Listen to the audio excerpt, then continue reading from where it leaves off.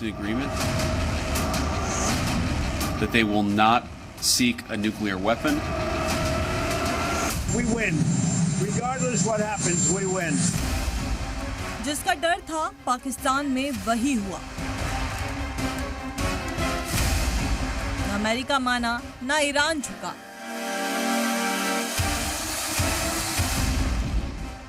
फिर बरसेगा बारूद, फिर छिड़ेगी जंग।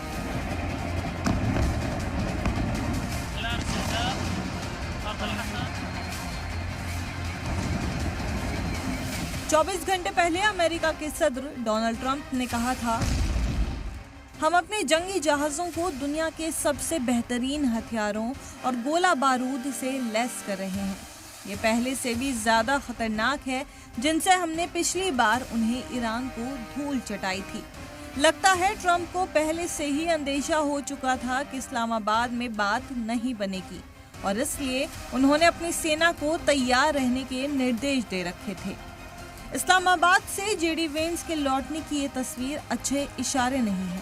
पूरी दुनिया बहुत उम्मीद लगाए बैठी थी, लेकिन 21 घंटे चली बातचीत में कोई नतीजा नहीं निकला। मीडिया के कैमरों के सामने अमेरिकी नायब सदर जेडी वेंस ने कहा, समझौता न होना अमेरिका और ईरान के लिए ही नहीं बल्कि पूरी दुनिया के लिए बुरी खबर है। जेडी वेंस ने साफ किया कि अमेरिका बिना किसी डील के ही वापस लौट रहा है। We have been at it now for 21 hours, and we've had a number of substantive discussions with the Iranians. That's the good news.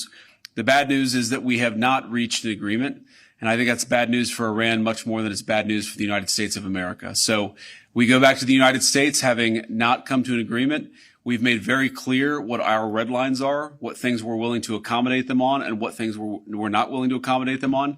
And we've made that as clear as we possibly could, and they have chosen not to accept our terms.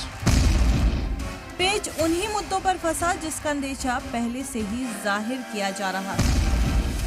America चाहता है कि Iran अपना nuclear programme limited करे या पूरी तरह रोक दे, जबकि ईरान अपने एनरिचमेंट हक को छोड़ने के लिए तैयार नहीं है। अमेरिका की मांग है कि हॉर्मुज़ स्ट्रेट पूरी तरह खोला जाए ताकि तेल सप्लाई मामूल पर आ सके, लेकिन ईरान इसे अपने कंट्रोल और सोवरियन राइट्स का मुद्दा मानता है। बैठक में ईरान ने दो टूक कहा कि हिजबुल्लाह के खिलाफ इजराइल की फौजी कार्रवाई पहले रोकी जाए, तभी कोई बड़ा समझौता मुमकिन है, लेकिन बात इस पर भी नहीं बनी। Simple fact is that we need to see an affirmative commitment that they will not seek a nuclear weapon, and they will not seek the tools that would enable them to quickly achieve a nuclear weapon. That is the core goal of the President of the United States, and that's what we've tried to achieve through these negotiations. JD Vance को इस्लामाबाद में अगले round की बातचीत के लिए रोकने की पूरी कोशिश की गई, लेकिन अमेरिका ईरान की शर्तों को मानने के लिए तैयार नहीं था। वहीं बातचीत फेल होने के बाद ईरान का भी बयान सामने आया है।